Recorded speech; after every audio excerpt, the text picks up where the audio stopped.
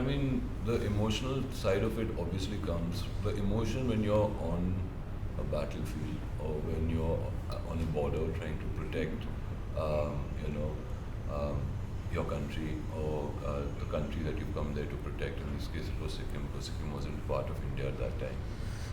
But coming back from a backstory of 1962, you know, where when you discuss that with JB sir, I mean, it's quite an enlightening way that he puts it, the way he believes that 62 was not really a war, because if a war is where both sides are prepared and there is a proper conflict and, you know, there is no surprise element left. You know what I mean? Here we were trying to have good ties with China in the 1960s, where Pandit Nehru was actually trying to get Mao onto the UN and had nominated his name. You know, so we never thought that China was going to attack us. They attacked us and killed our soldiers while they were asleep. You know, so it was really a complete surprise attack. Took us by shock.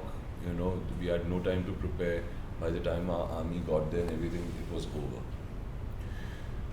But so when that unit is standing there, seeing that enemy who did that to you in 1962, okay, when you are told about all of that before you go onto the set, you know, and you learn about that, automatically there is, you know, a lot of emotion attached to it.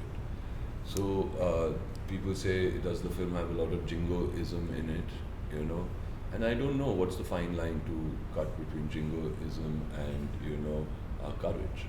Because when you're out there, you're not going to talk sweetly to the person who's got a gun in his hand with, you know, and he can shoot you, or there's a bullet with your name, you know, somewhere out there.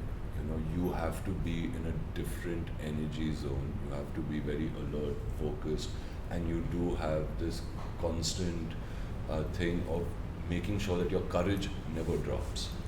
You know, so so if you're loud, okay, people might say, "Arey yaar, ye to overacting kar raha hai."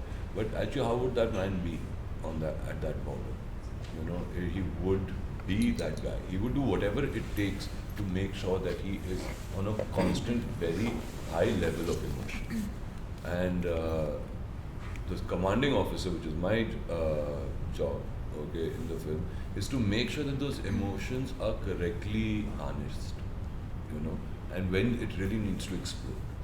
So, like the Rajput, what Harsh's character is in the film, it's a very emotional character, because the Rajputs were there when in '62, when they were all sleeping, and they came in and they were properly massacred.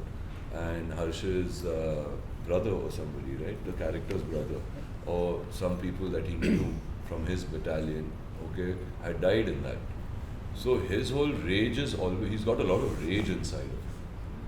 So each actor has their own emotional graph.